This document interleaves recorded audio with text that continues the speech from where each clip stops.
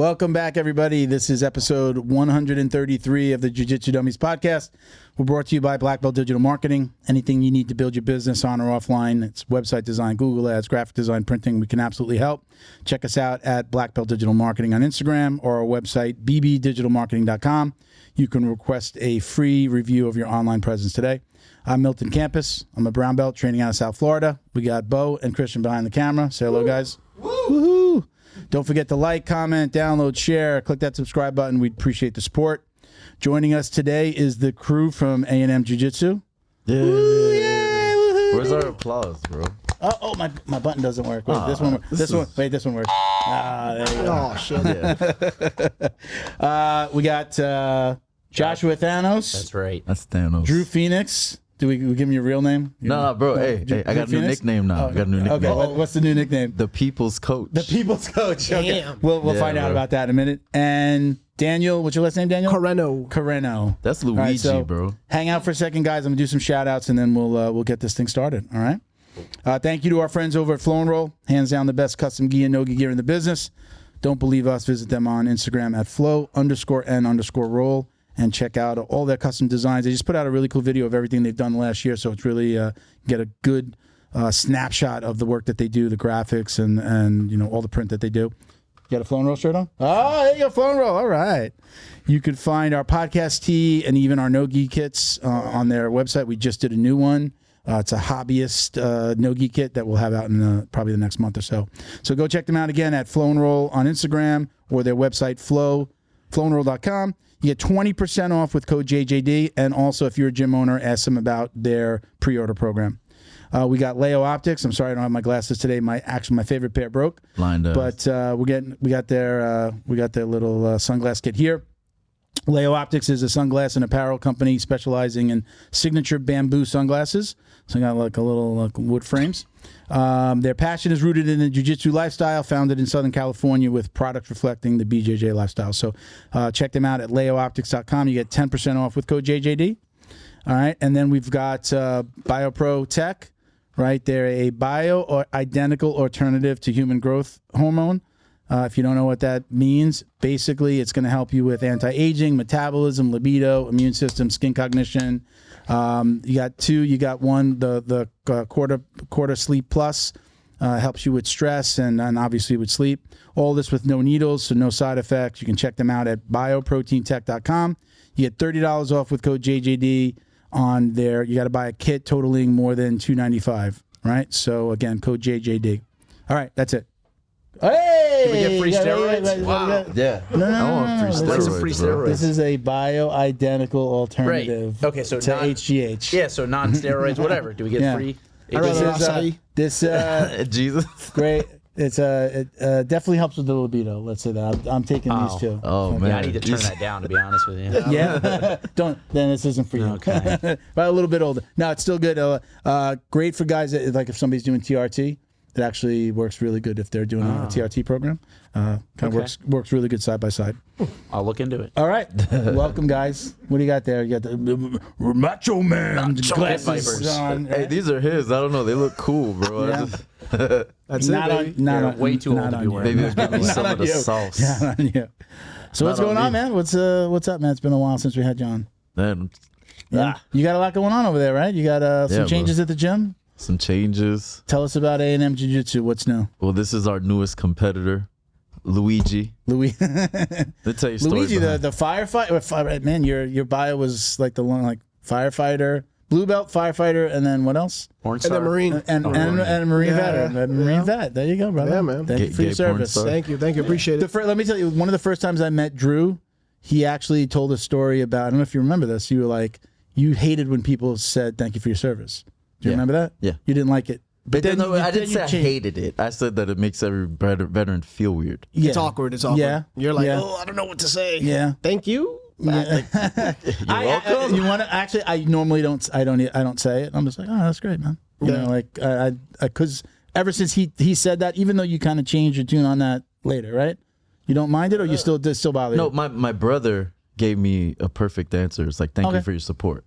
Okay. Because it felt All weird, right. like, oh, thank you for your service. I'm like, oh, you're welcome. Yeah. Thank you Right. for thanking me. Yeah, Thank you for thanking me. yeah, that makes sense. So I like that. Thank you for your support. No, you know what? You're welcome for my service. That's what you're gonna start doing.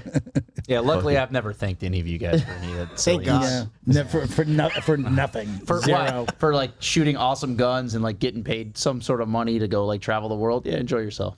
Yeah. Yeah, that's what it was like, right? That's what he thinks it was like. That sums it up. That sums it up pretty well. You did. Everything I hear you guys talk about, I'm like, wow, that sounds awesome. Did you go? Were you overseas? I went to Korea and Japan. I didn't go anywhere in combat. I just joined at the wrong time. I was in or the right time. or the right time, depending how you look at it. Yeah. I was in from 2012 to 16. Okay. And then, Drew, when did you? 04 to 09.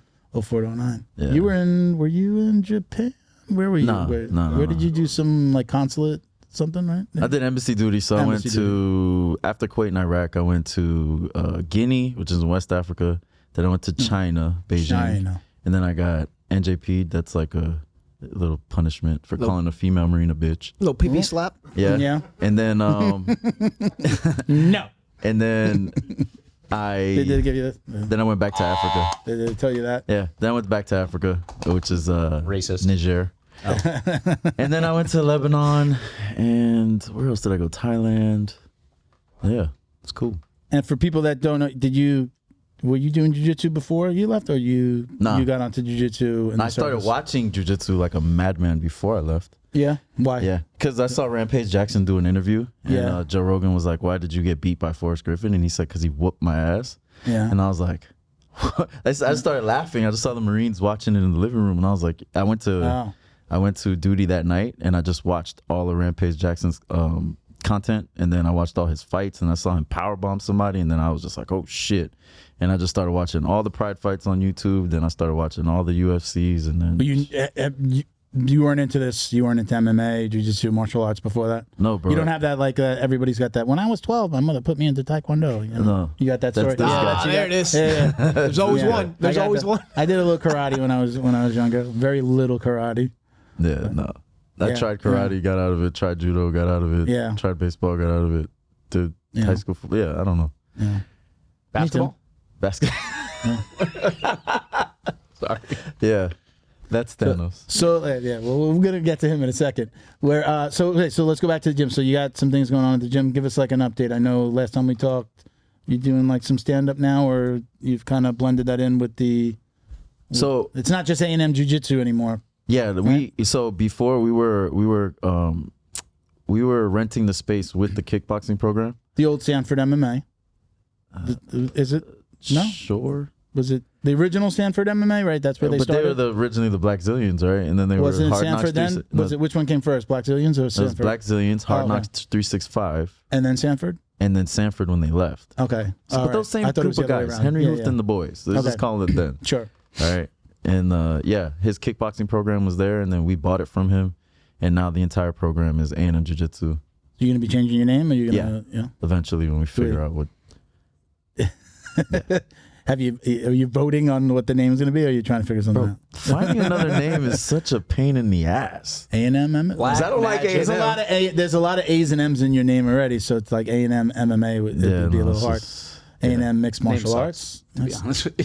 the name does suck. But I there's no always good thought there was games. an A. I thought Andrew U, and an M. No, the story behind this is that when, like in 2019-ish, 2018, my strength and conditioning coach was A&M Strength and Conditioning. Anthony, me and him were real tight. Was training with him, and when GF Team shut down the gym that I was at, me and Devin decided that we were going to start the jiu-jitsu gym, and through Gilbert Burns, who introduced us to Henry Hooft, that's how we ended up getting the spot. Anthony said that he wanted to partner with us, so we were like, okay, cool. So he's like, do you mind if we call it A&M Jiu-Jitsu? And then my vision was, okay, so we call it A&M Jiu-Jitsu, and then when Anthony leaves the spot that he's at and we're ready, then we'll start the A&M Combat Compound. Okay. So that's why I went along with that. I was like, okay, cool, that's a good vision. But for whatever reason... So A&M wasn't your choice. That No. was kind of, okay. Yeah, and he, you know what I mean? Like, he wanted that, and I was like, all right, cool. Like, that sounds cool. Like, we'll make it the A&M Combat Compound. He'll do all the strength and conditioning, which he's an amazing coach. So I was like, all right, that's great. Yeah. right? He'll do the strength and conditioning, then we'll do the jiu-jitsu, and then we'll have the combat compound, and that's how we'll move forward after we leave Hard Knocks. Yeah. For whatever reasons, life, he wasn't able to do that. So now it's just like, okay, we're here with the name, we're building the name, but it wasn't really like my name or my vision. So we ended up changing it. Because when I asked you last time, I thought it was like Andrew and somebody. No, And then animals and monsters. Animals and monsters. But that that's cool. yeah. That was that his original vision, or is that what you put in there? No, that's so, his, okay. that's It was all right. Okay. But could you imagine like if it's like Anthony and I don't know Marianne or something? I always thought it was you and a partner. I thought you had a true partner in the business. Is there a partner? Is me and Devin, your cousin? He's like official. Yeah, partner? no, Devin's my partner in everything. Like he's my right hand man. That's my dog. Is he? What is brown and black? Yeah. What is he? Whoa. Brown and black. He's African Brown or American. black belts. American belt, African sir. American. Yeah. You keep it PC, 2023, bro. man. Come on. Jeez. Jesus. I thought it was gonna be me. Canceled. Is he? What belt rank is he now? Purple. He wears purple cloth around his waist right now. Yeah. Yeah. Yeah, All right. but he strangles people. Yeah. Who wear Yeah. darker colors. So for people that don't know, you're in the people down here in South Florida, they all know Extreme Action Park. You're in that building that. Yeah. We could walk into Extreme Action Park and then just walk go through the to door. your gym. Yeah. it's the best setup in South Florida. There's no Yeah. change. Yeah. There's nothing comes close. Yeah. You go karting That- next door. Yeah. That too. Well, then they do, and then you got the events that come and rent out in the back. I mean, it's like a perfect location. Like, Yeah. It's almost like it's like best. in your gym. Yeah. But the gym itself, like, there's no other. Like, American Top Team would be the closest thing, which I trained there before I came with you guys. But like, when you walk in, the mat space is awesome, and then you have this huge strength and conditioning, like, facility in the back. Like, there's like we take it for granted now, but people walk in, they're like, "Wow, this place is awesome!" I'm like, hell yeah, it is. Yeah, that was me. I walked in, I was like, holy shit, everything in one spot. This is nice. Well, most jiu-jitsu gyms are like the size of this studio, and they're matted, and like you can't get more than like 4 people on the mat. And you guys, you can use the weights and all that training. Yeah, it's so part your of the guys, membership. when they You see this guy? You think he doesn't Yeah. use the weights? Oh yeah. can't stand. Like, hold on one second. Oh boy. Whoa, hey. No, I'm not trying to flex again. You He's like the light over there. You look bigger with them off. You look bigger with them off.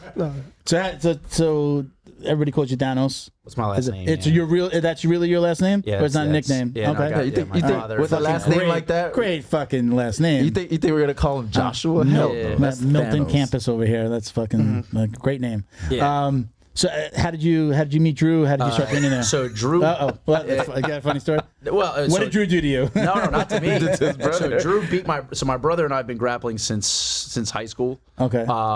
And we used to we've been in the area for a long time doing jiu-jitsu and training and bouncing around and whatnot. But so we were actually at a new breed in it was either December of 2019 or January of 2020, just before COVID, and Drew beat my brother in an advanced bracket Okay. at 165, which I know it's hard to believe that actually happened, right? But he waited. He You made have 1 weight. foot off the scale when you had to weigh. Apparently he made weight. There was some abs. It was crazy. So he actually had my brother is not like the most skilled, but he's a really good wrestler and super athletic. So they had a really tough match, and Drew got him with like an Imanari roll with like 30 seconds left, and got a takedown on him.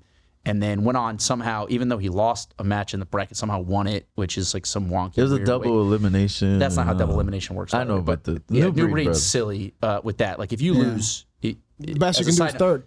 Yeah, that's how life works. You can't lose and then get first. It doesn't work that way. But somehow Drew got that. But Surprise, so bitches. then I think we traded like on Instagram or whatever. We were training at American Top Team at the time, which they shut down for COVID, and then we went over and trained with them at GF, which is like one of those places that's like the size of this place, and you can get 4 people on the mat. So we stopped by there, and we had some fun rounds with them. And then September of 2020, you reached out and you're like, hey, on Instagram, like, hey, we're starting up. I'm like, all right. So How long have you been open? What year did you open? September 2020. Oh, Yeah. so same time. Okay. What's funny is that his Instagram is just watches. So I thought I was Yeah, talking yeah. to his brother. Okay. So he's like, that's right, yeah. yeah. So he's talking to me. He's like, oh, you opened the gym. American Top Team shut him down. I'm gonna come check out your gym. At first, he said he was just gonna come for a couple months until Top Team opened back up. Yep. Okay. And then So you were going to HQ? You were going to HQ. Okay. Yeah, I've been there for like 2 years. I've Coconut Creek. been there on and off. Well, I bounced around. So I lived in Philly and I trained up with Daniel Gracie up in Philly. And then I came back and I was at Top Team. Top Team's great. It's an awesome facility, but like I've trained for a lot of different places over the last 15 years almost. There's no place that compares to our gym at A&M. Nothing close. But yeah, so I think I came in, I was like a week after you guys started, I showed up on a Monday, and then I was a blue belt at the time. Whatever that means, and now an ass kicking brown belt. Well, whatever. Yeah, Drew gave me a brown belt, whatever that means. But yeah, no, it's So I cut you off before you started to say something about 2020. You opened. Do you remember what you were going to say? So, well, GF closed. GF closed. You open. Yeah. You reach out Thanos. to these guys. They come in. Well, no, I just your brother too. Did your brother train? He did. Yeah, he actually 2 years ago he got injured on our mats, so he hasn't been training since. But yeah, he was training with us for a while. Yeah. Almost. Yeah, he tore his MCL on the mats. But that's dangers of wrestling. What's the deal with all the watches? What is that? Oh, so is that a hobby or is that your day job? Yeah, I work for the largest watch selling operation on the planet, so I do sales for them, and that's I guess my Instagram. I don't really like social media as it is. Like I don't post things. It's weird. It's like one picture of you, like in the mix. Yeah, but yeah, mine's all watches. So, but yeah, so people do that all the time. Like I recognize people from social media, but they don't recognize in my mind, you. I forget like, oh yeah, they don't see pictures of me, so they don't know who the hell I am. So I'll walk up to somebody, and then they're like, "Who are you?" I'm like, "Oh, Thanos." Mr. Thanos." Yeah, so Watch guy. yeah, watch guy. So, but yeah, that's how it started. And then I was like I'd say when I started, I've been training for a long time, but I never had. So like I started training probably like 2008. I'd say is when I actually started really training. Like before that, it was like puzzle mats in my backyard with like BJ Penn videos with my brother and like going to different people's houses and just like grappling and wrestling and things like that. But so I started training with my first black belt in 2015. That's when I put on the pajamas. And actually I liked them a lot. I like really enjoyed gi jiu-jitsu for a while. But I bounced around too much, so I was never getting like promoted or whatever. So I started with these guys, and I describe myself as like a tough to submit blue belt. That was kind of what my game was. And no guard whatsoever. And then I started training with Drew, and then like 6 months or so into it, Drew was like, I want to show you leg locks. So he shows me that, and then that opens up my whole game. And then now, like, I'm just a complete guard player. Okay. Yeah. All right. Yeah. So the going back to the watches real quick, because so the job, are you said something about like you're trading stocks or you're trading watches? Yeah, no, I don't trade stock. He was joking with you. Okay. I mean, He's like, it's got to do a trade. Yeah, so I mean, Making millions, one click at a time. Right, that'd be tremendous. No, I work. Is it like a trading situation? Like these are like you're buying like used watches and high-end watches and things like that? Yeah, basically. So I work for a company called Watchbox, just the largest company in the industry buying, selling, and trading watches. We're also authorized dealers for a lot of different brands like Rolex and Patek and stuff like that. So I've been doing that for a decade. I guess I'm like one of their top salespeople there. Okay. So that's what I do, and then we have a few other like family businesses. So. Okay. All right, cool. I thought jobs are for losers, bro. Oh, they are, bro. I'm the biggest loser at this table right now. I got a lot of jobs. Yeah. Yeah, it sucks. What about you, Daniel? You're currently a firefighter? I am. I've been on the job for 6 years. I work up in West Palm. Okay. Yeah, I'm at the town of Palm Beach. All right. Until they hear this podcast. Yeah. Right? Yeah, we're all gone. We're all fired. Yeah. Dude, I've been trying so hard to get fired. How did you find Drew and get involved with this this guy? I started jiu-jitsu at American Top Team Fort Lauderdale. Okay. And it's mostly like a gi gym. We have no gi days, but it's mostly gi. Yeah, no, right? And it just never was my thing. Even when I started, I did it because I had to, at white belt. We did a lot of IBJJF. So as a white belt, you can only do gi. So, I did my time, got promoted eventually, and then became a blue belt. And then I'm like, man, now I can do more of the no gi stuff. And then, I was just looking for a gym that dedicated their time more in the no-gi. Yeah. Are you still running gi classes? Or they're gone? Wow, man. So, I'm like, we tried. I'm like primarily nobody goes to the gi.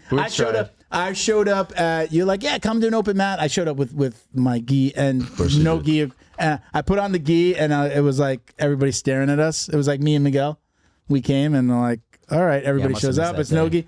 But he didn't tell me that. He just, come and train. I'm like, all right, yeah. I think he gave me some shit like, gi's at 12 and then like, Or 11. no That's when I gi's still was that was doing a long 11 time ago, o'clock yeah. gi. I ask me tried what to time do he it. showed up, though. So he told me to be there like at 11.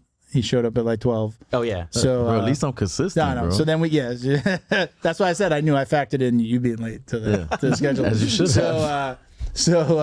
I did. We just switched into our no-gi gear that day, but I mean that's been a couple of years. But no more no-gi. Just nobody's interested in it at your gym, or you just because it's a mainly like a no-gi and MMA gym, so the gi is just kind of thrown to the side. We used to have eventually Tuesdays and Thursdays. Just gone? It used to be gi. So like I teach on Thursdays now.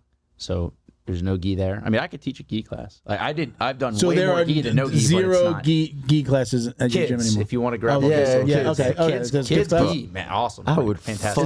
Is there kids? gi, bro?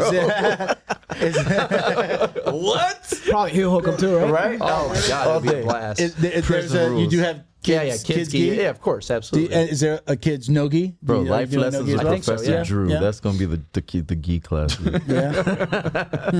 Run No, through but yeah, those so kids. there is gi. Actually, Rock is our kids instructor. He's fantastic, and he's a more traditional gi guy. Okay.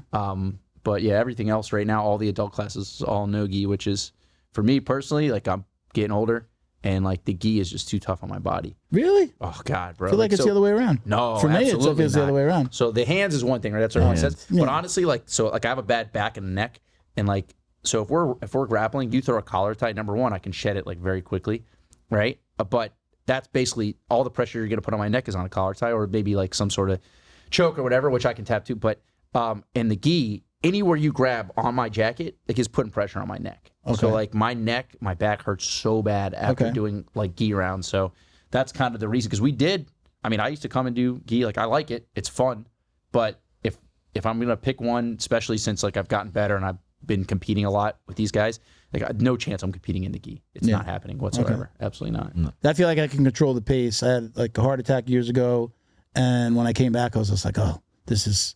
I can control the like, or it's like if I, especially when I'm rolling with lower belts, I could slow it down. They can go at my speed. I had to get my cardio back. It took a really long time.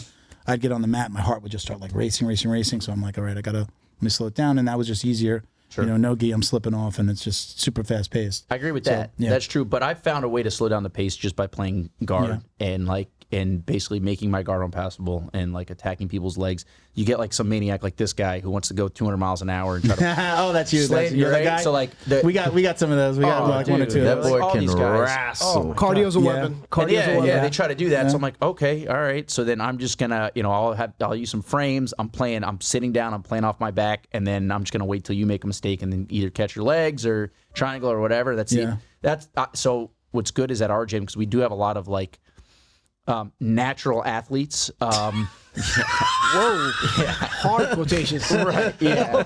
So these guys who zoom like in on that. Zoom in on that one. natural athletes. So these guys, who think that they're training for some sort of professional sport, and they try to just go 200 miles an hour. So I've developed a game to slow those characters down quite a bit. So that's been helpful for me. Teach me. Good. Tell me what do you class. do? I teach tonight. Yeah, because we have like a lot of time. Well, I mean, it usually happens mostly with like a newer guy. Yeah. But we've got like Spazzy guys that are white like belts? my size and bigger, like 230 plus. Yeah, spazzy white belts, hurting people. Terrible. And like I'm just like, guys, I'll tell them. I feel like I've been there long, been there 7 years, that I feel like I can say something, and I do. But these guys like literally. Our spazziest white belt just like fell on Ray and like fucked up his rib the other day. He was out for like 2 weeks easily. He's like, I just had to stay off the mat, but just basically like gave him like a people's elbow almost, like, and just fell on top of him. Christ. And I might hold on to the strangle a little bit longer. yeah, man, I've like that person, super nice guy. He trains there with his girlfriend. Super nice guy. There's nothing wrong, but he's instead of matching intensity, right? Which you learn over time. Yeah. He's just like starting out like super hard. Like that's not jiu-jitsu. That's not jiu-jitsu just landing on top of somebody. Like, okay, look, pull your white, but pull guard, or go to your knees. You don't have to be, stepping into somebody's guard and then like trying to fall on them. Like with a guy like that, I'm not gonna have a stand up. We have a lot of people on the mat at any given time too, so it's hard to have like a good stand up battle and really like drop a double leg, you're gonna hit like 3 other people, right? So with him, I'll pull him. I'll pull him into I'll just pull him down hard into my guard and like, okay, now let's work. But he doesn't do that with everybody. So he's hurting people. So I've had a couple talks with him. Middle of a roll, I've had to tell him like, bro, what are you doing? You're gonna hurt. Like a guy that's like a purple belt, he's a white belt. Somebody's purple belt, like half his size. I'm like, bro, you're gonna hurt that guy. Stop what you're doing and do jiu-jitsu. Relax. You can, the whole winning practice thing and all that stuff. But that's like that's almost every new white belt, right? Yeah. Well, I mean, it depends. You have some people that are more aggressive, but most they come in and they're like, oh, I'm supposed to win this thing now, right? Because they don't know any better. Right. But if you catch those folks a couple times, they realize like they're not going to win. Yeah. So, and I make it, anybody larger than me, I'm not going to be their first roll. That's not happening. I'm not going to deal with that. And then, I'll try to tap them early. Yeah. And then just so I can get a little bit of, like, especially if I see that they're trying to be aggressive, I'll grab whatever it is. Like, I'll try not to heel hook new white belts, people who don't know me very well. Keyword try. You heard that? Well, like, try not to. Yeah, like I'm just, because they also might not know and all that stuff. So, but I'll try to get to some sort of choke. I will punch choke a new white belt. I will do that, absolutely. Such a dick. That calms people down real quick, man. Like I'll catch a triangle and the guy's trying to posture out of it, and I'll just reach up and just finish the choke with the punch, or guillotine Classic with the punch. Thanos. Yeah. Dude, but I feel like that's because I don't want to have like an ego roll. But if you're gonna do that, I'm gonna just show you how to. Hey, listen, skill is the most important thing here. Your aggression is gonna help you a little bit, but skill is the most important thing. Let me show you how. We had Brendan McCaffrey on way back when we first started, and he would say we were talking about this, and he says those guys, I'm gonna like let them spaz out, let them go crazy, and I'm going to gently submit them. I'm going to show them. I'm going to submit them, and I'm going to show them how, like, no matter how crazy you go, all of this spazzing, I'm going to submit them, and I'm going to do it like almost in a gentle way. He did it. He went like that. I remember him going like this. So I'm going to submit them gently, So I mean that's what I try to do.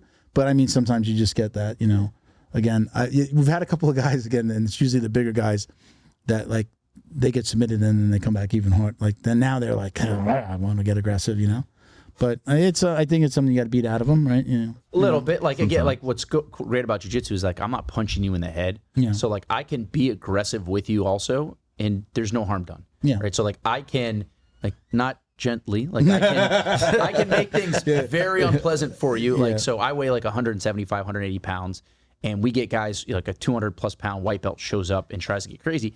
And I can like they get flattened out with leg hooks by a guy who looks half the size and is probably 10 years older than them. And now they're like, what the? And it allows them to take a step back. It's eye-opening. Right. So, like, if I see somebody who's acting, like, super aggressive, I might put them in a position that they're not going to enjoy, right? So that they understand, hey, listen, skill is everything here. Like, technique is everything here. And your size and aggression can help you in some ways. Yeah. But not against somebody who's that much, so much more skilled than you. Yeah. And not only is it, like, jiu-jitsu is not a gentle art. Yeah. Right. Like it can be very unpleasant. BS, right? Right. It can be very unpleasant. Like you get stuck under somebody and you can't get out no matter what. You're trying to bench press me. You're trying to turtle up when I have you flatten out with leg hooks. And I, with very little effort, can make things incredibly unpleasant for you. And then realizing, okay, so that's what jiu-jitsu is about. It's like understanding position and then now you can use your natural abilities. Why are you pointing at me? Because anybody with muscles, I just say. He was saying he's like cardio is a weapon. Talk about that. I mean, you're one of these guys with exceptional cardio. Right. I mean, I don't think it's crazy, but I mean, it's above average. Yeah. It's above average, and you use that as a weapon. It's how many people are really going to want to wrestle? How many people are really going to want to push that pace? 2, 3 minutes, 4 or 5. You name it. Were you always like that? Like, what did you do before jiu-jitsu? I mean, you're again veteran, Marine vet, firefighter. When did jiu-jitsu come into play in that mix? Okay, so after I got out of the Marines, I didn't play any sports growing up. I was just partying and chasing girls and you name it. I grew up in Miami, so it's different now. And, my parents were always busy working, so they didn't have time to take me to any practice or anything. So I didn't grow up playing sports. So after I got out of the Marines, I was married at the time. That was going south, of course. And I was like, man, I listen to Joe Rogan just like everybody else. And he's always talking about, jiu-jitsu. Who's that? Yeah, that guy. And he's always talking about how, jiu-jitsu is therapeutic, blah, blah, blah. It makes you feel better. And I was in a rut. I was like, man, fuck, everything sucks right now. And as a firefighter, you do have a lot of time off because you work 1 day off, 2 days off. So I was like, man, I got to find something to do because I'm drinking, I'm going out, I'm just doing dumb shit left and right. And I just showed up at ATT. It's the first, I Googled jiu-jitsu and it was just the first gym that popped up. So I showed up for class. They sell you the whole bundle. You need the rash guard. I'm $500. I'm like, yo, what the fuck? And then so I start rolling and then a week later, I'm like, man, this is cool. I like it. Besides the gi part, but it's cool. And did you not like the gi in the beginning? Did you not like it from the beginning? I never liked it. Yeah. Did you also do no gi classes though? Were you doing? Yeah. So they found you usually wind up. Oh, there's a preference if you're doing it right away. From so the they have gi and no gi. Yeah. And no gi is 3 days a week, I believe. Mm-hmm. Maybe they changed. I don't remember. Special thank you to the crew over at Flow and Roll for all their support. Flow and Roll is renowned for their incredible no-gi rash guards, shorts, and leggings. Flow and Roll has quickly become the premier custom apparel provider for academies big and small throughout the United States. Reach out today to discuss your custom order and ask about their incredible pre-order program. You can send an email to flowandroll@gmail.com or visit their Instagram at flow_n_roll and shoot them a direct message. And yes, they can create an awesome custom gi for your academy as well. Visit flowandroll.com to check out their awesome designs, and while you're there, pick up a Jiu-Jitsu Dummy signature tee exclusively at flowandroll.com. And remember, you'll get 20% off your purchase of t-shirts, rash guards, or gis with code JJD. But yeah, they have both. So 1 day is gi, 1 day is no gi, 1 day is gi, and like that. But when I work 24 hours. So if it's a no gi day and I worked, now I missed that gi day for like the week. So I'm like, man, damn. So, Yeah. And that's how I started. Most of the departments down here, what is it like? You're on 24 hours. You're in the house, right? You're in the firehouse, right? Yeah, you're on call. So I mean, that's essentially 4 shifts, right? 4 8-hour shifts. So then you have 2 days off, then 1 day on again. Mm-hmm. So it's just kind of a rotating schedule, right? Right. So it's not. I work every Monday. It keeps rotating. Yeah. So it just changes. Yeah. It's very dynamic. I work Saturdays, Sundays, Monday, holidays, you name it. Yeah. If it just falls on that day, I work it. You're not taking that day off. They're not giving you a day off. Unless you call out sick. How long you been on the job? 6 years. 6 years in December. Love it. I mean, I know. It's fun. It's fun. Yeah. It's different. It's not, it's like, I tell Drew all the time, I'm like, man, it scratches the itch a little bit, but it's not like the Marines. The Marines was a whole different animal. When you does your other career scratch that itch? your film career? Uh-oh. Oh, yeah. Oh, yeah? Follow my OnlyFans. No, tell us more. He was competing one time, and I told him, I was like, yo, in this bracket, you're going to go against some freedom fighter guys. And I'm like, me and their coach are like this. So we're going to be talking shit to each other. Is that the team Freedom Fighters? Yeah. Ray, Ceviche. Bro, he's an amazing guy, amazing coach. Have a lot of respect for the guy. But we're always, like me and him, when we're coaching against each other, we're talking more shit to each other. Yeah, I've seen some video of you. I don't know if it's that one, but I know you. Well, no, I'm always talking shit. That's my love language. That's what I'm saying. That's my love language. Right, but it's his too. So we're just like, so like anytime like my guys do something, he's like, oh, that shit won't work. And he's like, oh, that's YouTube wrestling. We're always going back and forth. So when I saw freedom fighters in his bracket, I'm like, me and the coach are going to be talking shit to you. He's going to be talking shit to you. We're going to be talking shit to each other. But I don't know if he understood the gravity of it. Yeah, mind you, I had no idea what he actually meant. They were it was like they were roasting us. Like both of us.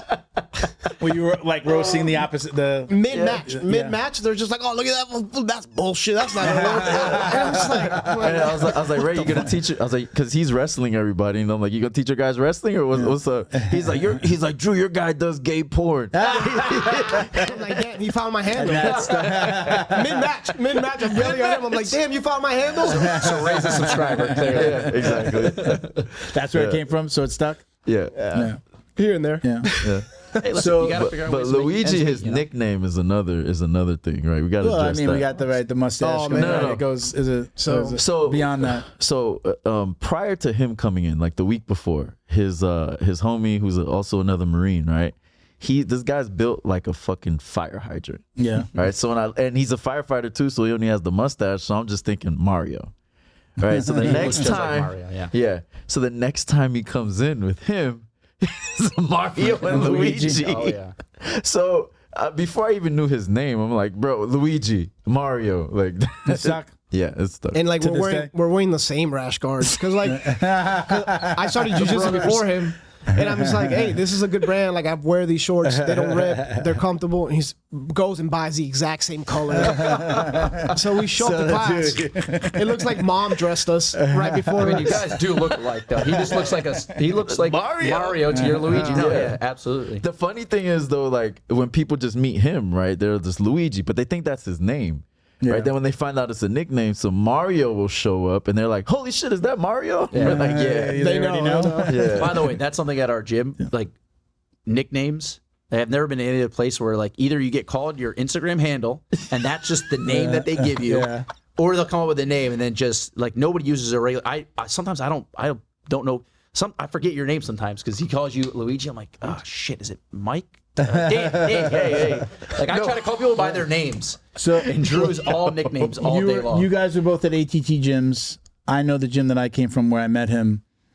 You know, you definitely have that laid back style that I like that too. You know, Yeah. I don't like the, you know. We're not teaching his spec here. At my even at my gym, I'm older than my coach, and I've been with him so long. There's probably only like 2 or 3 guys that can talk back to the coach in the middle of instruction and maybe make a joke and not get torn apart in a roll later. You know, like or get ridiculed, like taken to the side.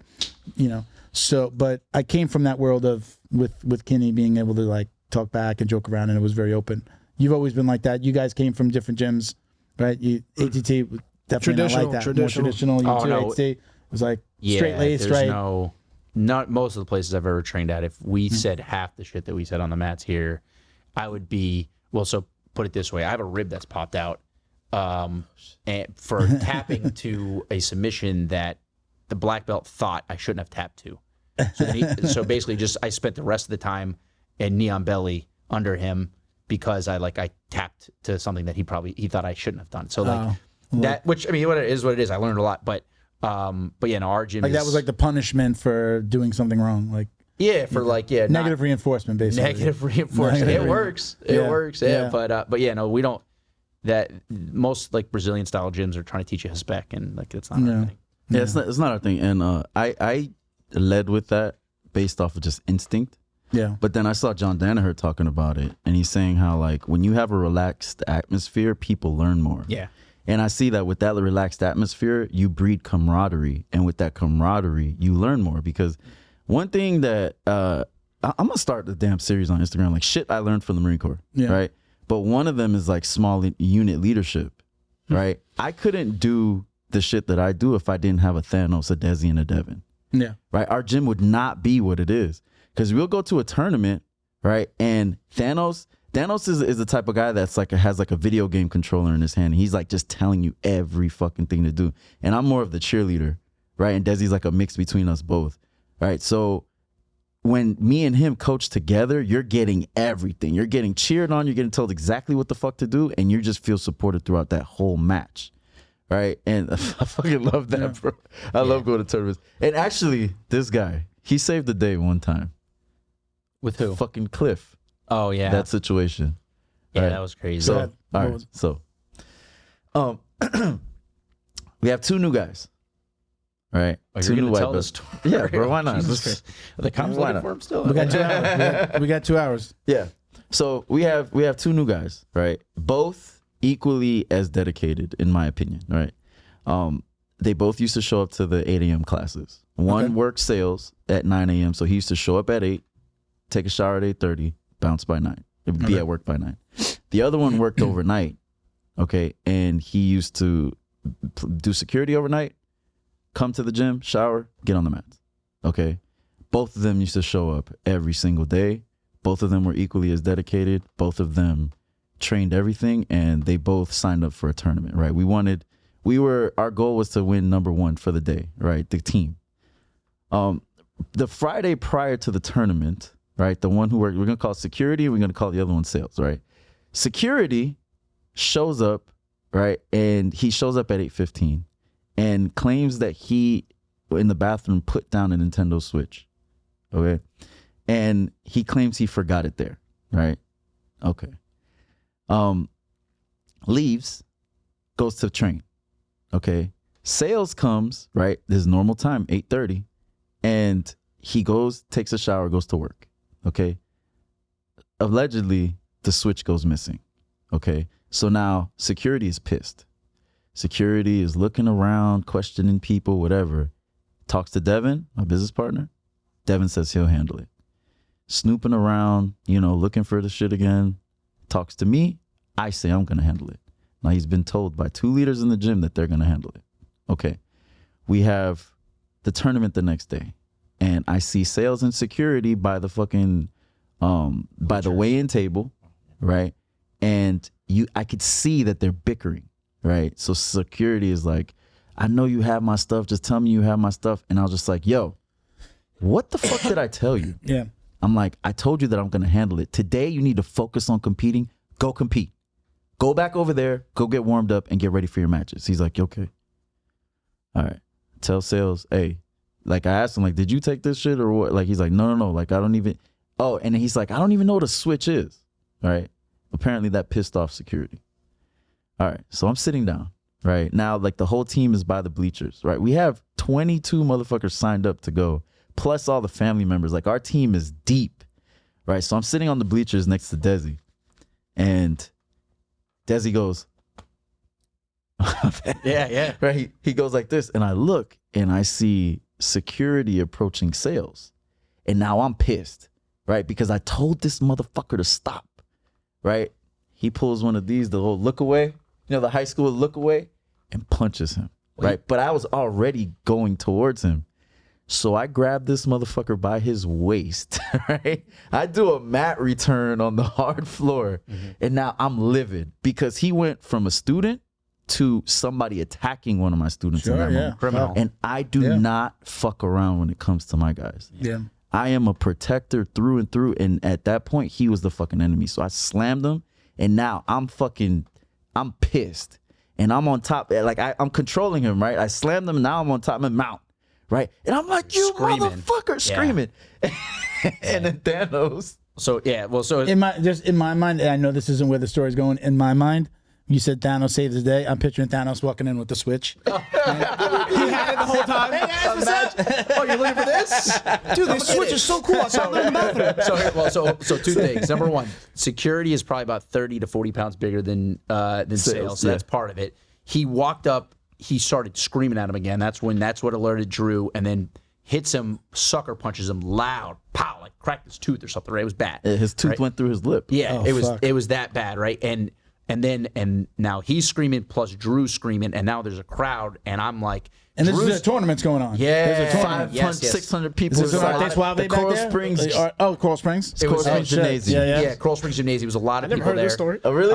Yeah, you weren't there. Yeah, so you then weren't there. I walk up and I'm thinking in my head, de-escalation first, man, because I don't want to get us all kicked out, but also like I don't want cops to come and all that stuff. Yeah. So Drew's enraged, like at this guy. By the way, the police station is right next door. Oh, the police and fire station is right. there. They share the fucking parking lot. It is. It's true. And there's cops there on site. Yeah. And like there's a crowd around us, and I'm looking. And for me, always in these situations, and all these situations, especially when there's like risk of like legal trouble, de-escalation first. Yeah. We can deal with all the other. We can beat the crap out of this dude in the alley afterwards, but in front of everybody, we're not committing crap. Too many witnesses. Right. So I tend to be good at like keeping calm in type of situations like that. So I run up, and Drew is like was gonna kill him. Yeah. So I come up and I talk some sense into security. And calm him down. I also call him Drew down. Drew, he goes, Drew, shut the fuck up. Yeah. And he starts talking to him. Because I'm trying to calm, because the kid on the ground was trying to get up to attack. Like he didn't want, Drew's on top of him, right? And could kill him if he wanted.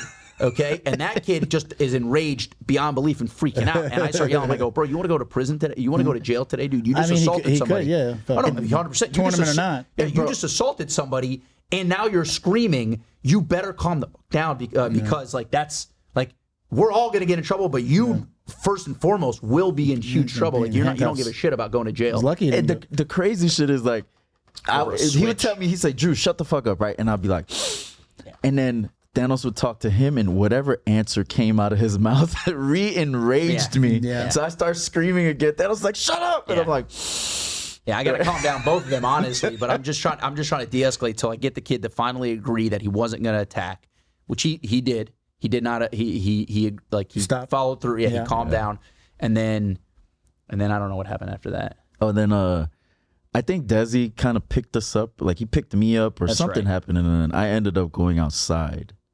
And then I don't know what the fuck happened. So the kid who got punched he went to the park. He actually ended up competing that day. Yeah, even still. He gained my respect because he went, got stitches, and came back and did won he stay his there match. or did he leave to go to the hospital? He went, got stitches at the urgent care. Yeah, that's like, hey, I tripped and fell. Can you help me out real quick? Yeah. And then went back and competed, and the only reason why he didn't he won his first match. The only reason why he didn't continue is because his stitches started opening him up. Okay. So and then what happened with the other guy? Did the other guy compete or did he go home? No, he went home and then he got kicked out. He got kicked out. I want to know, did the switch ever appear? Yeah. No. So the kid with the stitches showed up with the switch. No, I'm just kidding. Oh my God! I'm like, he had it the whole time. Oh my! Did anybody ever find the switch? No, but there was never a switch. See, my thing is that it's your responsibility, right? If you forgot something, gear drift is what? It's you take it. It's a gift. Yeah, Did you never heard that gear drift is a gear gift? Yeah, I mean, tactically acquired. Yeah, there you go. No, tactically acquired is stealing, right? That's tactically acquired. All right, but gear drift is a gear gift. Like, look, you have personal responsibility, right? And one thing that I couldn't wrap my head around is that I could leave my wallet. Like last night, I had left my wallet. It just laying around. It had $100 in there. Right. And it's like, oh shit, I gotta get my wallet. Like I've never worried about keeping my shit around the gym. Yeah. Never. Beats headphones, whatever. Did you throw that guy out of the gym? Did he ever come back or is he gone? So interesting. So there's an interesting thing that happened, right? Devin and Desi looked at it like, fuck, like this guy really needs to be here. We can help him. Right. And then me and Thanos were like, fuck that. This guy does not need to be here. I didn't say fuck that, but personal responsibility I think is a big thing. And we were talking about like, how do you handle this from a lesson standpoint? Because they're both young. Yeah. So Drew and I aligned on a certain a certain aspect or an angle on how to handle it. And then Desi and Devin were handling it a different way. My mentality in situations like this is like, because they were like, hey, he needs to learn a lesson. And I go, okay, well, the lesson is that it's a lesson of loss, right? Like you don't teach somebody a lesson by bringing them back in and saying, hey, don't do it again. Yeah. That's not a lesson. That's like, hey, what you did was no big deal. And people will give you a second chance, even if you do something like that's unacceptable. Would it have been different if they wound up like grappling? Like if he attacked him but only grappled, no strikes, and like kept it within jiu-jitsu. Like if they were, in a scuffle when it mattered. I'm sure all of our parents at some point have told us. How old were these guys? Do not embarrass me in public. In their 20s, okay. Yeah. Grown men? Yeah. Well, 20s, come on now. No, they're definitely, but they're young bodies, guys. child brains, for sure. Yeah.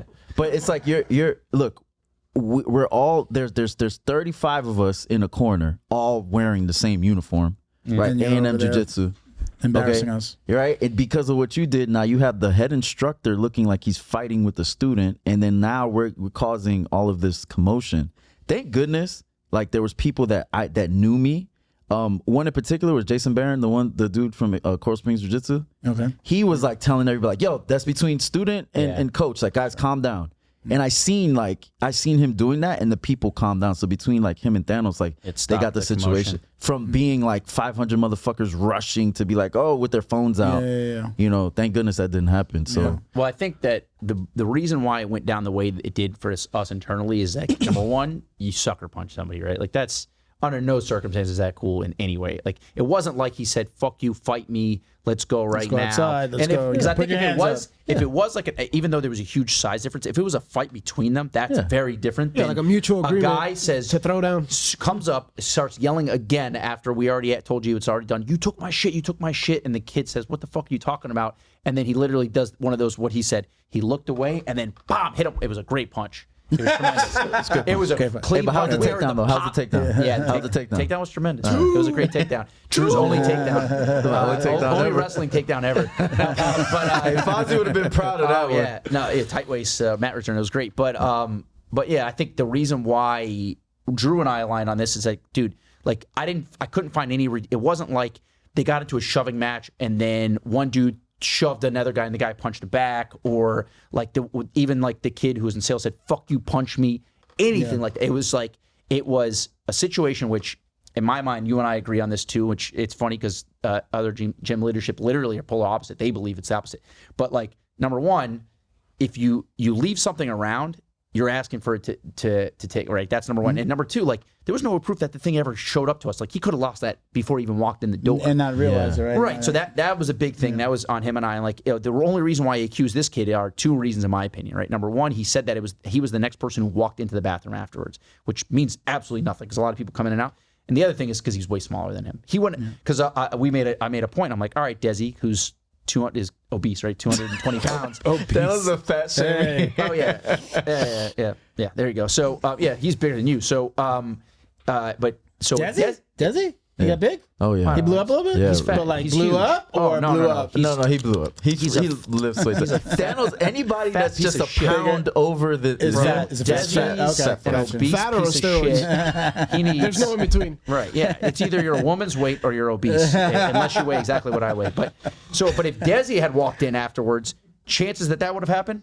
Zero. Nil. Right. So that's it. So in my mind, I'm like, dude, you didn't give us a chance to give you a chance. That's the way I look at things like this. Like, I run. Yeah, I have a business and I have a bunch of employees, and that's the way I run it. I go, dude, give me a chance to give you a chance. And if you don't, then there's no we're all adults. We make a mistake, and sometimes the consequences for that mistake are you don't get to do whatever you want to do again. Getting physical in any environment, even in that environment, in a martial art. If you would have done that at that's our the gym, one. That's the one thing that you can't do, that you can't use as your recourse. Like you can't start just hitting or even like not in public, sucker motherfucker. punching somebody. Like at least if you wanted to do, if you felt like you wanted to at training, put it on that guy and really take it to him and keep it within the scope of the training. Do you want to fight? Yeah. Do you want to fight? Okay. Yeah. You guys are gonna spar right now. Glove up, mouthpieces. Vaseline, whatever. Easy. Yeah. Put the timer on the clock. Let's go. Have at it. It's It's a fighting gym. We can't trust the kid now. That's what I told him. I go, what if something else goes missing and he sucker punched me? Because number one, I keep a gun on me, bro. So, and if you do that to me, right? So now I'm going to be in jail because you punched me, and now my kid's got that's what I said to him. I'm like, dude, like you can't trust somebody like who's willing to sucker punch somebody who's supposed to be part of our team. Well, how long were these guys training? How long? Let's Years? say 3 months. No, yeah, Let's say 3 months. months. Yeah. So I was talking to somebody the other day. I said, as soon as I've never had a fight after the day that I stepped on the mat. I've never had lots of fights before that. Never had a fist fight after learning how to train. And part of that was as soon as I started to learn how to train and started seeing other people and who trained, and we had people coming in, Drew come. What I started to realize real quick was you don't know who else is training, right? If you lined up all the guys in my gym, it's just like doctor, accountant, freaking cop, firefighter, right? Unless they have like really bad cauliflower, you can't see. You don't know who's. You just mix them in with the general public. You could put the parents on the mat and you wouldn't know who's trained. So like I've quickly realized like you don't know who trains, and you don't know, I might get into a situation where I'm going to start a fight with somebody and all of a sudden this guy's fucking flipping me around, choking, right? Or knocking me out. You just don't know who trains. But I never realized that until I really started to get into it. So like and then it just calms you down, it humbles you, and it's just like then once you start to learn how to do this, then it's also like, oh man, what if I hurt somebody? Yeah. I can't. I don't want to hurt this person. I don't want to hurt somebody else. Then I'm gonna get locked up because I'm trained and they're not, and blah blah blah. That's now, how I look at it. Can of worms. Legal consequences, is, in my opinion. I have a family. He's got a family. Like, imagine, your daughter. Like, oh, what happened to your dad? Oh, he's in prison. Why? Well, he got into a bar fight. Yeah. And now he's in prison, and I'm, Yeah. Now I'm a stripper. It's that's what goes through my head. Right. Yeah. What if he would have knocked him out and then he cracks his head open on the floor? Like, oh, dude, yeah, he put us all in danger in that sense. Yeah, that's terrible. Consequences There's a are line. ridiculous. There's a line you shouldn't cross. I want to go back to, because we didn't really get to it. We said you were talking about cardio as a weapon. We didn't really like get to that because we were starting to talk about being a firefighter. Are those things do you just naturally have good cardio? You work on your cardio? Is it because of the job? Is it because of jiu-jitsu? Is it both? I think it's multiple of things. I think it's I take care of myself, so my natural cardio is going to be higher, better because I'm very hydrated. I eat correctly. You know, I carb up before the gym. I get I sleep well. There's a lot of things you do outside of the gym to make electrolyte shit. Yeah. EPO? No. Whoa, Hey, whoa, easy. This guy's shooting up EPO in the parking lot. He's trending hard. And I just think that, if it doesn't work the first time, just keep working. Just change directions, work the other way, especially with guard passes like Thanos, that he has a hard guard to pass. So you have to misdirection pass a lot. Impossible. Yeah. So you gotta keep that dance going. Eventually, either I'm gonna mess up or he's gonna get tired. Yeah. Something's gotta give, and then that gives you opportunities and open windows. On the fire department, there's a lot of continuing.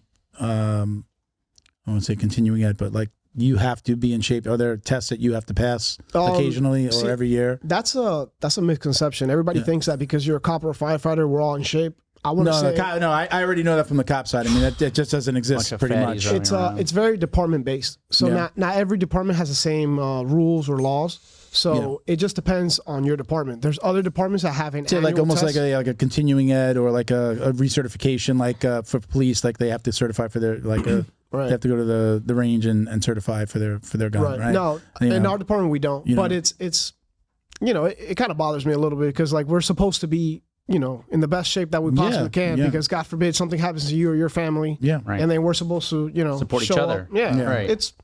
It's one of those things. I don't want a fat guy running into a burning building to save my wife and kids. Right. And it's happened. It's happened on the news. Like people drop dead. Like people go into these fires and right then and there just because they don't take care of themselves. I think it says a lot about you. Yeah. So is it where you are a lot of like is it buildings or is it house? Like it's mostly residential, residential, and then there's high rises. I'm on the south. I'm on the beach station, and there's a lot of high rises. So when the fire alarm goes off, all the elevators come down. They're not working. You're going upstairs, and it's happened before. It's happened where I've had guys that can't keep up or aren't doing their part. So then you got to pick up the slack. You're running with how much gear? How much weight? I would say anywhere from 60 to 80 pounds, depending on what gear you need. And you might have to carry somebody down with those 60 to 80 pounds plus a person. At least out of that danger area. Okay. Yeah. What's the tallest building that you've actually had to run? Have you had to run up like X amount of flights? I think it was like 7 stories. Okay. Not crazy. Yeah. Yeah. Oh wow. Another thing that happens now is that in like these high rises, they're so well built. They have good like anti-fire preventions. So like for something to go wrong, somebody has to really be, retarded. Yeah. Yeah. That's not PC. We don't Canceled. Yeah. You just got canceled. I take offense to that. Sorry, guys. Why? Because you're a retard. Run it back. No, you'll see it. You'll see it. Like, oh, well, I was smoking a cigarette. I fell asleep and the mattress caught on fire. I don't know what happened. You just told me what happened. I just moved into. I wonder if I just moved into a building in Coral Springs and it's completely smoke free. You can't even smoke on the property. Wow. And I wonder if that's, I mean, you literally, I see people walk across the street. They walk, for real. It's the craziest thing, and they will fine you. It's grounds to evict you. Evict you. People actually like walk myself. out. I see like when I'm in the gym there, I see them walk out. They walk across the street. There's like a post office behind us, and the city hall's there. So they walk across the street to the other sidewalk. They smoke, and then they come back into the building. Wow. Literally can't even smoke on the sidewalk outside the building. That's crazy. I wonder if it's part of that. Just being in it's an 8-story building. It's not humongous, 8 stories. But I wonder if now that you're saying that, I wonder if it's liberals. about that. If it's about smoking. It's the liberal Democrats. That's what taking away your freedoms to smoke marijuana in your apartment. Don't get him started. Don't get him started. Thank God he's not mic'd up. Thank God he's not mic'd up. Thank you, Biden.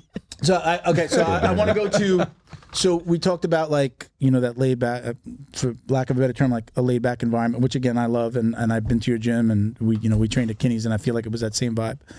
So we've had this discussion a lot, and I know like Keenan Cornelius has brought it up. Have you seen like the videos of him talking about like the American Jiu-Jitsu? That's right. Do you feel like where do you feel like you land? Do you have? I don't know if we've ever talked about it. Excuse me.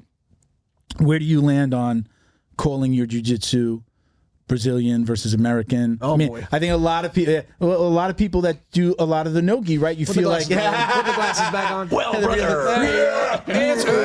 Hell yeah, brother. where do you fall on was that? We'll awesome. ask everybody if you got an opinion, but Drew, where do you fall on that for your own gym? I tell you gym? what, brother. What we do is American Jiu-Jitsu. Americanas, baby. Let's go. Everything's in America, Americana. it's American Jiu-Jitsu. Hey, we got arm Yeah. Americanas, leg Americanas. Neck The only Americanas. belts we got is red, white, and blue. That's right, baby. Let's go. God damn. That is the clip right there. That's Please, right. Make sure we get that clip, please. I'm about to do some push-ups. dude. I'm all wired up now. Yeah, bro. Like a great American, you will. That's right. That's right. Hey, but look. Let me tell you Do you something. care? Do you care? Does it matter? No, it does not matter, No. bro. What we're doing is jujitsu, okay? Yeah. If you want to break it down into form, fine. If you're doing Brazilian jiu-jitsu, you have on your pajamas. If you have American jiu-jitsu, you have on spandex. Either way, it's gay. That's right. That's the soundbite. I'll pull that out. Hey, no, but seriously, like that's all it is. Yeah. You know, American jiu-jitsu, you're doing jiu-jitsu, but it's a lot of wrestling and leg locks in it. Yeah. And Brazilian jiu-jitsu, they don't like I feel leg like locks. that's what changes that's the only it. fucking Yeah. difference. Okay. Yeah. I know, like this, like he came out with these videos. I guess it's, I mean, obviously Brazilians don't like it. He had a compelling argument. Did you see the video where he Keenan? goes back? Yeah, did you I have see lots the of video? comments on there. Oh, Do you- yeah. He really goes Two-time back World War you're War champs, baby. Let's go. he's going back like before Helio. Helio was born, and there's articles that say like American Jiu-Jitsu, but I think some of them when you read it, it's just like American Jiu-Jitsu practitioner, like speaking about that person. But then there was also references in just that video where they're calling it American Jiu-Jitsu. So it's a compelling argument for those two camps. He really made a compelling argument that, listen, before Helio, which is credited so much with Brazilian Jiu-Jitsu, which there's an argument on that side as well. But it was a compelling argument. Did you see the video? No, you have no clue. All right, let me tell you something. He's seen it. No, Yeah. I've seen it. Okay. I've seen it. Let That's me tell you something. Let me tell you something about all of this. Okay. There's a quote that I fucking heard a while back, and I don't remember where it was from, but it was like, "You're a smart motherfucker, but you so smart, you's a dumb motherfucker." Okay. It's like we don't have real problems in the world, so we sit around the fucking table because we think we're smart, and we're just like, "Oh no, this is American jiu-jitsu. No, that's Japanese. Oh no, that's Brazilian jiu-jitsu." It all doesn't fucking matter. It's like the whole thing with fighting, right? The fucking MMA guys get pissed off at the jiu-jitsu guys because they say, "Oh, jiu-jitsu is not a fight." Okay. Yeah. But then the MMA guys, before they go into the fucking cage, they're like, "It's a war." And then you got the veterans, they're like, "Hell no, buddy. You ain't going to no fucking war." Right? And it's just like, yeah. Jesus Christ. You know, and then with the MMA guys, the street fighters would be like, "Well, y'all wear gloves and shit." Like, look. If you look up the fucking definition, grappling is a form of fighting, okay? And whether you're grappling, whether you're MMA, street fight, it's all a fucking fight, war, fight. You're all fighting. Thanos, tell us how you feel. Tell us why he's wrong. You made a lot of faces there. Yeah. Wait, you want to go back to Keenan and then finish with? Well, no, yeah, Stick his Keenan, fucking dog. Keenan's a great American, and I really appreciate everything he's doing for us now.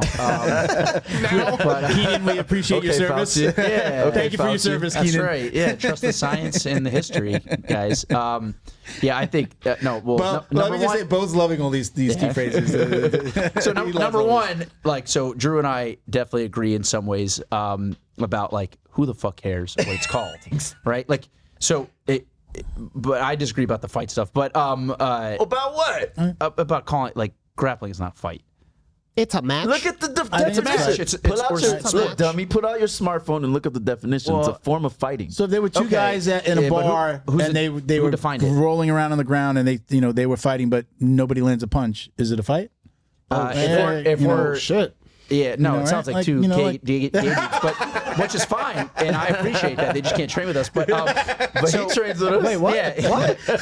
No, but so discrimination, the way I though. look at it is this, right? So grappling itself is see why I brought really these is two? a game. Yes, it's, I do. it's a really fun game, right?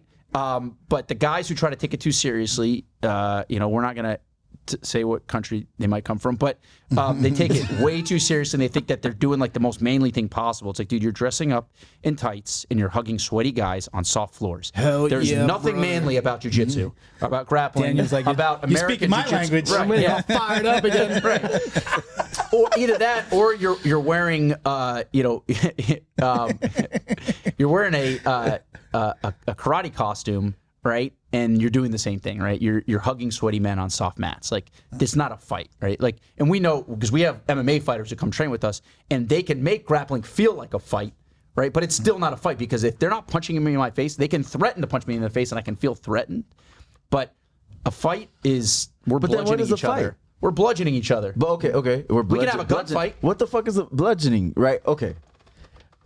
You can get killed faster, right, with a choke than you would ever be with a punch. So which one's more dangerous? Well, that's not exactly true. That's not true at all. What do you mean? About? I could punch you in the head. Can fucking kill you.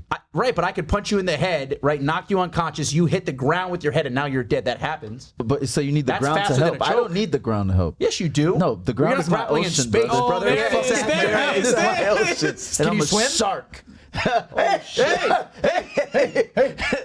But Maybe. No, but I mean, I don't know. Listen, I'm not going to pretend that what I do is fighting. Maybe you can pretend, but no, but the whole point of It's a what I game. said is like, I don't give a fuck. Right. And It's that's just where we the agree. arguments, right? We just don't have anything else to talk about, so Yeah. we're gonna try to say, so it's what's not great- fighting. Who gives a fuck? So what we agree on that, and the best thing about that is when you find people who, especially on social media, because social media is a cesspool, right? It's like the worst place to. It's like the worst form of communication is social media by love it. far, right? Like I love it. So Stupid what memes I do- all day. No, exactly. It's, Rock my brain. But I'm not talking about entertainment. It's a great form of entertainment. The worst form of communication is Absolutely. that we've ever come up with is social media, right? So what's great is, and if you look at we posted some videos on our Instagram that went crazy viral about like throwing fake guns while we're grappling, right? And then you get everybody wanting to make comments. So like I saw the you best thing attacking is, them. Oh, dude, it's my favorite thing. So I will attack people on both sides and like on the same thing. But yeah, it's a great way to troll. Okay. So like the Keenan Cornelius thing. I'm just looking for people who are upset so that I can do my best to hopefully make them a little bit more upset. Right, but like keep them talking. It comes down to like taking things seriously, right? Like that's what I love about our gym is that because it's not that it's laid back, right? Like we train hard as shit, Sure. right? And we try to hurt each other a lot of times. Like that happens, right? Like Amen. Yeah, Yes. because we trust each other in that sense, right? But we don't take it serious, and there's difference between being laid back and not taking it serious. Sure. Like we know that like when I walk into the gym and I'm a few minutes late and Drew's showing leg locks and I call everybody a bunch of fags for grabbing each other's feet, right? Like, first of all, like, it's my favorite thing to do is do that too, right? So like, it's clear that I'm each other's feet. Yeah, I like leg locks. It was right? confusing at first. I was like, he is a leg locker. Right. Why is He's the you sound like the guy who would yell fire in a crowded movie theater. I mean, if there was a joke there, Yeah, if it okay. made me giggle, right? But the point is, like that's with my personality. If I find somebody taking themselves too seriously, I can't help but try to troll them. Sure. And like I just luckily after years of trying to find a place where I can fit in and be this like type that, of like yeah. sarcastic piece of shit. Because you just basically described Drew. I mean, that's But yeah, likes Drew and to I have clicked for same that fun, reason. Yeah, we're literally Yeah. I don't think I've ever said anything nice about him, and he's never said anything nice about me. And you know what I mean? But it's like He said some nice stuff to me. right, about but you, yeah, so- but exactly, but not to each But other. not to your face. we would never Never. talk. Not to your face. We Not never to talk. your I face. refuse. That's our face. He made me swear that I wouldn't tell you This the nice fat guy things. right here, no chance. No, but like we have such like I'm so happy that I found this place because it honestly changed my life. Like I've never been able to be so consistent in training, and it's and things get in the way, but it's basically because like I'm obsessed with the culture we have there. It's fantastic.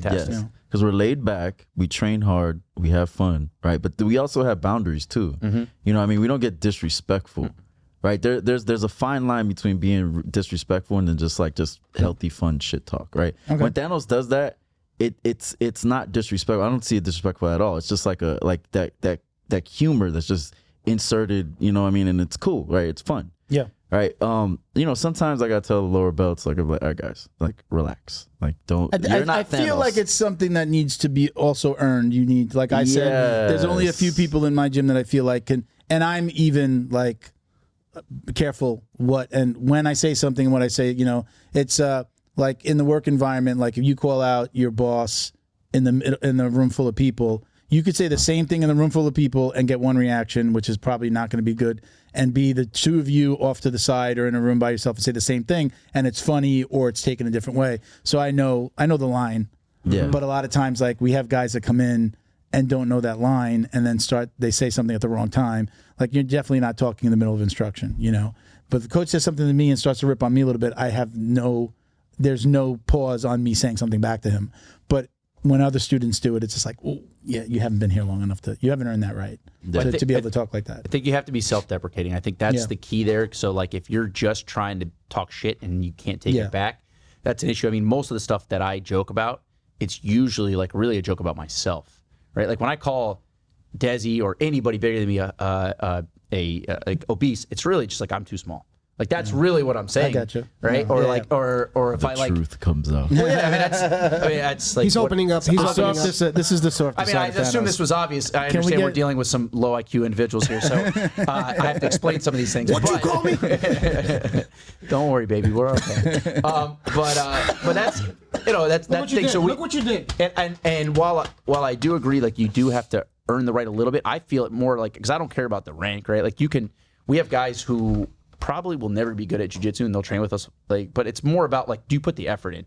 Are you, for me personally, and I'm a habitual line stepper because I do get sometimes I cross the line, I know it, and I'll think home, like, damn, maybe I shouldn't have. And I'll call like Drew, like, hey, did I sit across the line or whatever? Because I'm always thinking about that stuff. But like for me personally, the way I look at it is like, if you show up and try hard and take instruction and are trying to get better in a sense of like, to help better represent the team, that's kind of how, like, one of the reasons why I like to compete so much and why I like to train out, I don't want to suck, is because, like, we're part of a team, and, like, if I suck and I go to another place and get my ass kicked, then they're like, oh, well, those guys suck.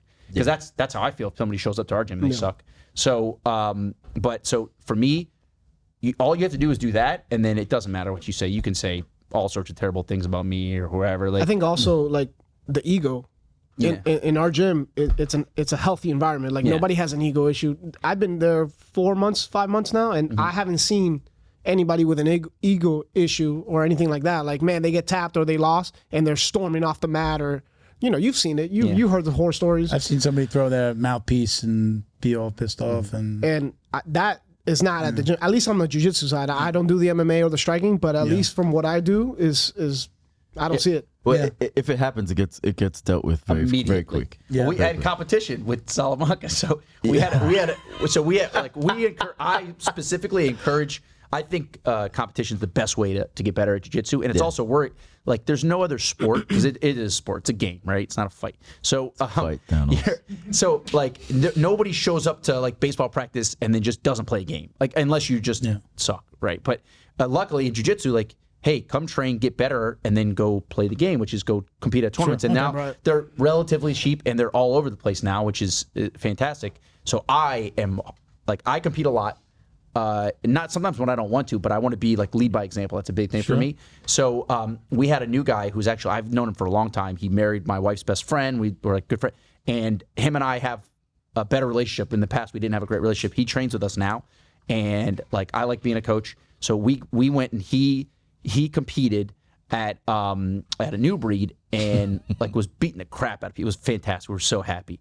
But then he got up and like after one of his matches, he got up and started beating his chest and like, he won worlds. Yeah, basically, yeah. It was a white belt bracket, a new breed, right? And it wasn't even the finals. It wasn't even the finals. But again, I mean, listen, we all understand the emotion that it goes into that stuff. Like you feel really good, right? So immediately for like, hey, fucking great job, fucking job. Don't ever do that again. Like, act like you've been like you can super humble. Yeah, well, don't be super humble. Just be like, all right, good, and then celebrate with us afterwards, so we can go talk shit about the guy you beat up or whatever. But like, don't embarrass your opponent, because the other thing in my mind is, if I beat somebody and I embarrass them, they might not show up to the next tournament, and I want to have more rounds against that guy too. That's part of it too, right? Like whether he's going to get better or not. Like I want to have opponents. You need partners. So like clowning your opponents. Number one, it's just bad taste, but also like it could discourage somebody from ever coming back and competing again. Right, and they see that name on your chest, and it's like, oh, is that how they all are over there? Oh, those guys are all, Well, I mean, we're assholes, but in a different way. Yeah, touche. I think the best thing about the gym leadership, like to get back on that, is that we know when to be serious. Okay, in a situation like Thanos. We're not gonna say who it was, but there was one of our guys who got mad at some because he got confused about like what a call that the ref made. Yeah. Then after the match, he tried to just Storm off the mat, tried to storm off the mat. What'd you do, Thanos? Yeah, so yeah, he complained about a call. He got tapped. Actually, he lost the match and then refused to stand to get the other kid's hand raised. Refused to shake the hands and like try to storm off the mat. So I screamed. It's on tape. I screamed at him, "Get your fucking ass back on that match before I whoop your ass fucking right now." I started screaming at him, and he's young. That's part of the reason why I felt, I guess, at the moment why I did that. I didn't really think too much into it. It's just my reaction. How young? Like kid young? Yeah, like young 19, adult? I think, years old. All right. So, like, again, I'm not trying to teach anybody his spec, but if we're in a public and you're representing us, that's the way I looked at it. I'm like, dude, don't fucking embarrass us. Have you ever like had your crew like, hey guys, have a talk with them before? Like, this is how we're gonna act, especially if you have younger guys. No, it's because we just focus on the competition. We need to go kick ass. Yeah, All we're right, trying to win. Right. We're trying to win, Okay. right? But, like, if you lose, don't be a fucking loser. Yeah. That's the whole That's thing. the worst part. That makes it 10 times worse. Yeah. When you make a scene after you lost, bro. No. When I lose, a lot of times I'm either upset with myself or I'm impressed with the other guy. That's usually my mindset, right? I'm like, either I fucked up and made a mistake and I'm fucking really mad at myself, or I'm like, damn, that guy was fucking good. I got to keep training because that dude might show up to the next one. Yeah. Like, I don't think, I can't remember, actually, no, I know for sure. I've never, ever been upset upset at anybody else for losing. Yeah. Just you. Yeah, it's my fault. At ADC, after I lost my quarterfinals, the first thing I told Drew, I was like, bro, I can't wait to watch the tape and see what I did wrong. Yeah. Like, because that's how you grow. You know, that's how you evolve. You make mistakes, you move forward. That's it. It's not, I'm not going to make a scene and cry, oh my God, sorry, coach. No, it's like, damn, Drew, my bad. There's time for that when you're like by yourself. You can fucking cry in a corner if you want, But even still, it's like it's non-constructive. Like my worst loss, Drew was there. It was embarrassing, incredibly embarrassing. I kept my shit together while we were with the team. My drive home, I was just like, I remember thinking like, maybe I really suck at this. Like Everybody's been there. Everybody goes through that. But it was just like I was almost like because I've been like at that point. This was almost 2 years ago now. But like I thought I was good. It was stupid for me to even think that. But I made a really stupid mistake. But it was my first like super fight, right? So I'd never competed outside of just like an open tournament style system, which is obviously you don't have the spotlight on it. But I was super hyped up, and I've never felt more confident for a match. And I lost in 15 seconds to a kid who I definitely should have beat. And I remember thinking like my drive home, like, yo, maybe I'll never do this again. My drive ran up to him like, I'm gonna get you. Yeah, it was so bad. But that's how you get motivated. Yeah. Because you remember that. I signed up for the next tournament on my drive home. Yeah, you did. Yeah, that's usually my mentality. I'm like, yo, if you lose, like, we've had some guys get like really emotional. And like even Desi will say this, like Desi doesn't compete, and he said the reason why he does it is because he doesn't care enough about losing. I go, bro, because he doesn't like cry and scream about losing. I go, bro, that's like dumb. What an immature way to look at things. He doesn't compete because of that? Because he said that was his excuse. He said he doesn't like to compete because he doesn't care enough about losing. Like if he loses, it doesn't affect him. And I go, do you feel like he's not going out there with? That's what he said. The thing is, The drive, yeah. That's what he said. But I'm like, dude, I don't care about losing. Like I'm just trying to test myself. And it's a sport. If you pay the $120, the $150, man, why are you not trying? I don't know. Well, I mean, trying from a standpoint of like, yo, did I train? Do I feel like I have skills? Do I have a chance to beat this person? But whether you do or don't, like, you don't know who's going to show up. Like, this is all about like testing yourself. First of all, it's a sport that we do on the side. It's not we're not professionals. This is not our entire life, right? It's not speak like for yourself, bro. Drew's sitting there on social media while we're training here and saying, oh, I do this full time. But Ground is my. No, but I mean like what I love about jiu-jitsu or grappling or American, whatever you call it. What I love about this, gay fighting. So, hold on. If you get in an argument with your wife right now and you came to tell us, what are you going to tell us? I don't. I got in a fight with my wife. No, I don't. I don't argue with my wife. He's I got in a fight with my wife. No, is that a fight? No, it's not. It's an argument. No, but I don't even. It's a disagreement but realistically. But I don't fight with people. It's stupid. First of all, if we're in public, you were talking about in a bar. Like I'm not fighting. I'm taking 3 steps back and I'm drawing. We're not fist fighting. Yeah. We're not fighting over some stupid shit. Someone's gonna die, bro. Like in public, we're not. Like I don't do jiu-jitsu for self-defense. There's no self-defense, brother. I'm not gonna take a chance. I'm not John Wick, and that's the point. I'm not John Wick, bro. I'm not taking a chance with my life because you decided you want to have a bar fight, bro. Like you're probably gonna die today because you made a mistake. But we're gonna do the drill down. We're gonna do our questions at the end of the episode. So these are a bunch of questions. I've added some here. That's fine. Well, we call this, Bo? The drill down. That's our sound effects guy.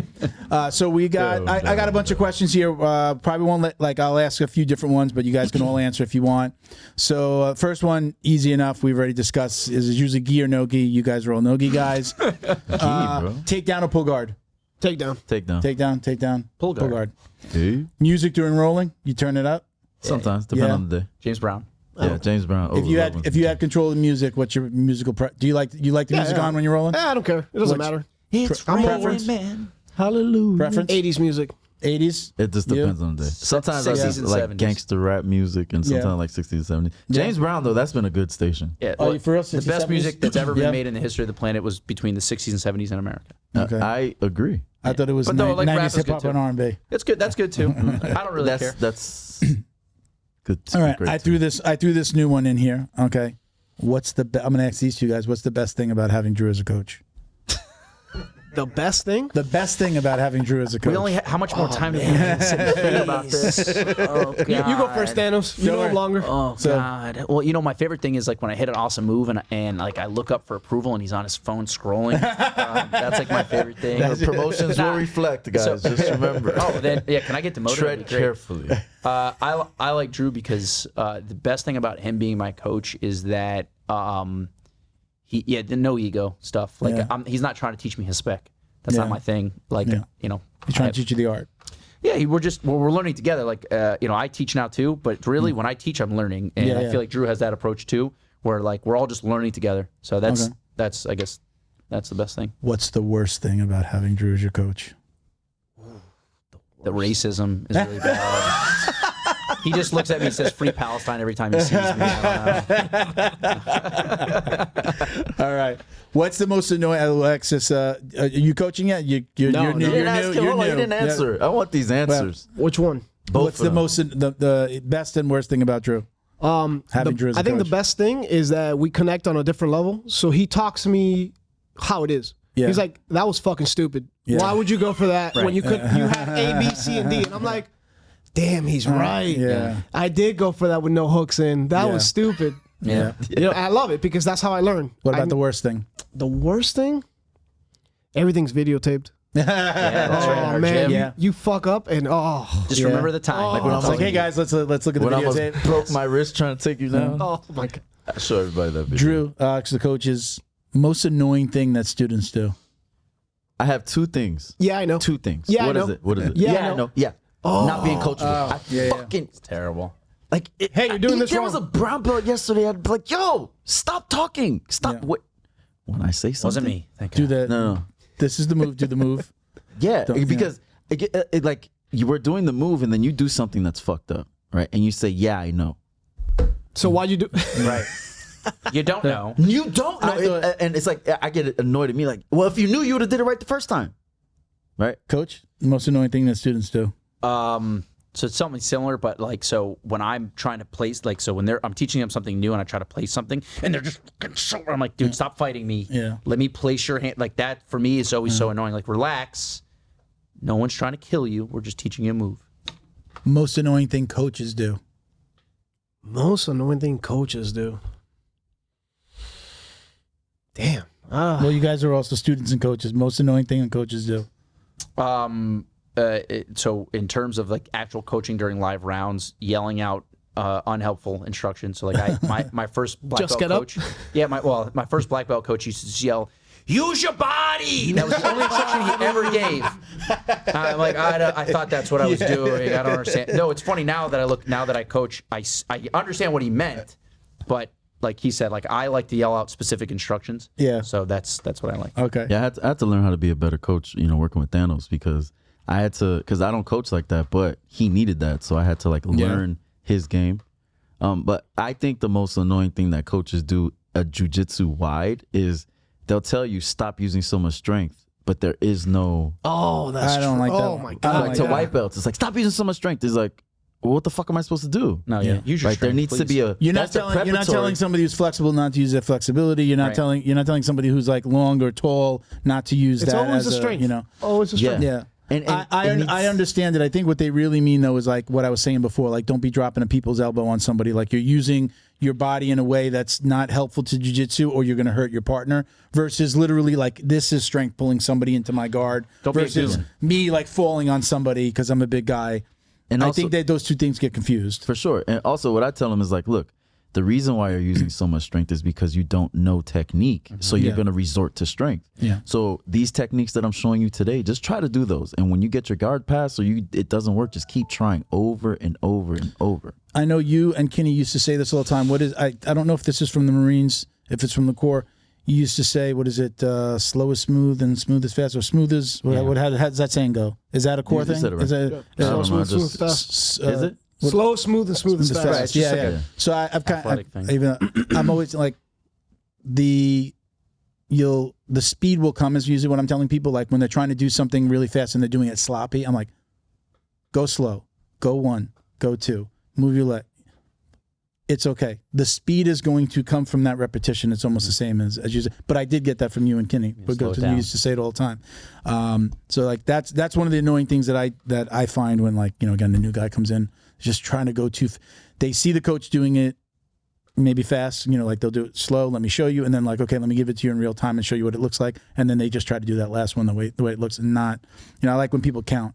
Like I'll actually be like 1, 2, place here, foot goes here, say it. Like I that. still even say it out loud to myself, like I'm saying it out loud, like go here, okay, move. Yeah, you all have to have it in digestible pieces to. Yeah. You're right. Some people learn by seeing right here. Right, somebody who like maybe like reads but reads out loud isn't like they're reading it, they're seeing it, but they're hearing it. Right. The same way if somebody's being taught, you know, they're seeing the visual.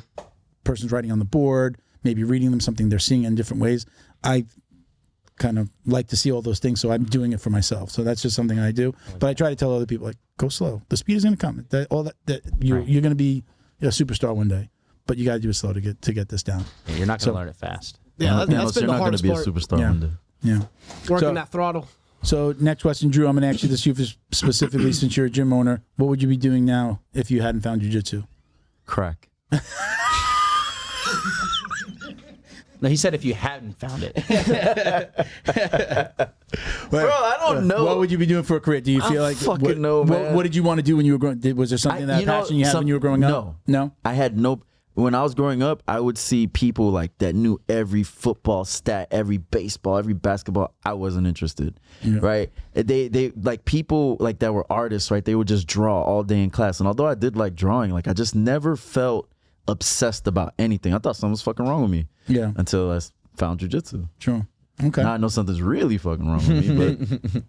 But You guys, are you like watching tape? Are you like addicted to, like, you said you're a social media guy. Are you like always watching moves and following people or buying instructionals? Are you that guy? I don't buy instructionals, but like I like watching videos. I watch Pirate. my own videos too, like from previous matches, tournaments, see what I Sure. did wrong. It's Okay. the only way to get better. And it's like Thanos said, the only way you get better in this game is competing. Yeah. Because in the gym, you're only going to get a couple Certain looks, looks, yeah. partners. You say you hate social media. But are you somebody that's on watching stuff? Oh, I'm addicted to it as Yeah. well. But no, I mean, for that's why he me, hates it. yeah, that's part of the reason. No, I mean, I do, like, I'll send him like either things that are terrible, and I'm like, yo, look out for this guy in our gym. He's probably going to use this. He's going to try to use this. He knows exactly what I'm talking about. Or I'll be like, oh, that's something that we'll try out. But for me, I am obsessed with jiu-jitsu. My life outside of jiu-jitsu is so stressful that, like, jiu-jitsu is my stress reliever. So like, It's a happy place. yeah, I don't tend not to watch too much jiu-jitsu in general, other than my matches or like the guys that I coach our matches. But I do jiu-jitsu in my head all the time. I'm always thinking about like I'll wake up 3 a.m. trying to go to sleep, and I'm just like, okay, underhook hip toss or underhook pull guard, whatever. Like for whatever reason, like that's where I go when I'm looking. toss. Yeah. Yeah, your poor wife, dude. Jesus Christ. She wakes up with black eyes and stuff. But yeah, it's a stress reliever. Ultimate goal. Do you in the world of jiu-jitsu, do you see yourself, like owning a gym, coaching, or is this just the happy place, or is this something that you see yourself doing for the rest of your life, and maybe coaching, owning a gym, things like that? I'm a competitor. I like to compete. I like to win.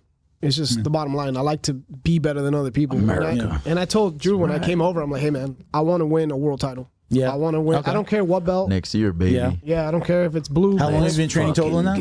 I'm sorry? You're a blue belt, right? Blue belt. How long have you been training total? About a little over 3 years. Okay. Yeah.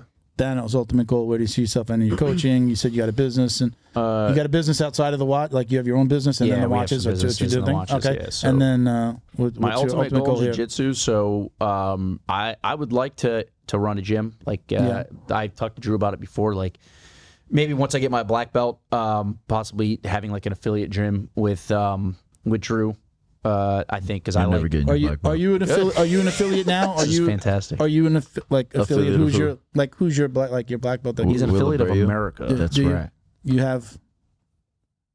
have somebody that's like above? You know the affiliate system. The Constitution. You know the affiliate system. Do you have somebody? We don't have to say. We don't have to say it if you don't want to. Will Abreu. Yeah. Will. Oh, Abreu. Okay, Black House, right? Black House. Is he still Black House? No, he's Miami Martial Arts right now. Okay. I know he's doing something with the city. We had him on. He's doing something with the city. Is that his thing, or does he still have Black House though? Is he still? I'm not sure what his relationship with Black House is anymore. All right. Yeah, he was a cool dude. I had him on. Yeah. Came with a big ass, a nice bottle of whiskey he brought for us. It was cool. Oh, for real? Yeah, he brought us a gift, Drew. Where's my gift? Fucking Thanos. I got a gift for you. Take your watch off. I totally forgot to bring shirts. I have a ton of shirts. Is anybody in XL? You're not an XL. You're not True. I got one XL. It's not next time, Drew. Drew's a double XL. I know. I'll see. Am I seeing? I'm going to see you on Saturday. I'll see you on Saturday. Yeah. I'll give you some shirts to give. You know what I like about you guys? Look at that. Yeah. American, nothing but the best, brother. All right, last question. You guys have done gi jiu-jitsu, so we got to ask this question. Popular question. When you did gi jiu-jitsu, did you or did you not wash your belt? No. Drew. Takes away your superpower. I already said this. Yeah. Oh, it's been a while. That's haram, bro. Yeah. What the fuck? Yeah. Haram. My wife washed my belt once, and I lost all my stripes when I cared about that kind of stuff. Yeah. So I don't know. My belt stays in my gym bag. You carry it? You still bring it to the gym? Yeah, just to let people know. It hangs out the side just a little bit. Right. Did you see the tip with the? Oh, yeah. You can show him the tip. When I was asking, him, like we were on Instagram, I was like, I needed to, put you on the gram and say what your bona fides, right? So I'm asking him, he's like 19 stripe white belt or something. He says, I'm like, bro, I got to get this fucking R. I'm like, what is you should have put that on the thing. I told him, I'm going to put that. And then he like answered me back with brown belt. So thank you to Feito IT and AV, specializing in commercial and residential automation, security cameras, CCTV, POS, and more. Check them out at feitoitav.com or call 305-428-2515 and let them know the dummy sent you. Special thank you to the crew over at Flow and Roll for all their support. Flow and Roll is renowned for their incredible no-gi rash guards, shorts, and leggings. Flow and Roll has quickly become the premier custom apparel provider for academies big and small throughout the United States. Reach out today to discuss your custom order and ask about their incredible pre-order program. You can send an email to flowandroll@gmail.com or visit their Instagram at flow_n_roll and shoot them a direct message. And yes, they can create an awesome custom gi for your academy as well. Visit flowandroll.com to check out their awesome designs, and while you're there, pick up a Jiu-Jitsu Dummy signature tee exclusively at flowandroll.com. And remember, you'll get 20% off your purchase of t-shirts, rash guards, or gis with code JJD. Yeah, Thanos likes it. Thanos likes the gi. I do. Yeah. No, it's a fun game. It's more of a game than a sport, in my opinion, as opposed to like no-gi jiu-jitsu is more of a sport. Gi is a game. It's just my body.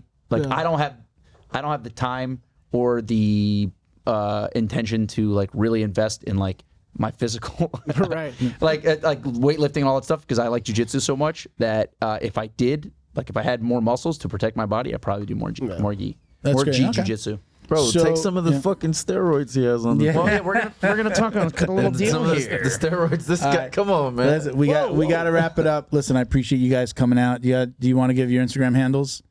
Okay. No, you don't want anybody to know What who about you your are. OnlyFans? Mr. Thanos. OnlyFans, that's a different story. You guys can find me online by go fucking yourself. How about that? Okay. There we go. Drew, I know. Drew's the business. Drew owns a gym. DRU Give a _Phoenix. Drew Phoenix will and the school. We'll check his messages while we're rolling. BJJ. I usually put the Instagram handles when we introduce you. It'll say your name on screen. Like, Yeah, you can is it check okay it to out. put Such a They put hater. Just send me your OnlyFans link. There you so go. I can check it Thanks. out. You're okay with me we'll put it on. We put it on there. Yeah, okay, I support. We'll see how long it I lasts. I might support delete it. single. We'll kick up those watch sales. You know? Yeah, for sure. Yeah, All right, that's guys. what I Listen, need. I appreciate you guys coming on. Thank you for doing this. Listen, if we're trying to stay more local than doing the Zooms. A lot of the time the guests that have come in is always like somebody suggests somebody else. So if you know anybody else that could come and do like a roundtable like this with a student or two or some coaches, let me know, make a suggestion. Why don't you get Mello and his crew in here? Mello is because he can only do it on Saturday. I've tried. Oh. And I don't really want to do it on Shabbat. Saturday. They don't. I got to talk to the Shabbat. production And guys. Zoom is a I don't. communist plot, so like I prefer agree with not that. to be doing it on the weekend, but I work it out eventually if we can. Gabe from 10th Planet. He got a bunch of characters. Gabe in. from 10th Planet. Which 10th Gabe. Planet? 10th Planet Miami. Miami. It's actually in Pembroke Gabe. Pines. It's in Pembroke Pines, but Okay. we forgive him. All right. I he's had cool. I had Heather Clark on, and I think I'm gonna have one of the Pompano guys on. He's cool too. 10th Planet Pompano. Yeah. But Gabe is like, he's my dog. So Okay. Gabe and his All right. crew. Yeah. If you know and- anybody, you want to make a suggestion, make an intro. Good personality, better than yours. You're okay. But Hey, so. my characters, hook it up. bro. My guys. All are right, the listen, fucking best. we're gonna wrap it up. Thank you guys. Appreciate you coming out. Check us out, Jiu-Jitsu Dummies on Instagram for all the ways to watch, listen, support. I'm Uncle Milty BJJ on IG, so everybody calls me Uncle Milty, right? From the Okay, handles, yeah, right? yeah, They work the opposite way for me, though. They call me Uncle Milty, and then I made it the handle. So, all right, thank you for watching and listening, everybody. Peace, love, Jiu-Jitsu. Us.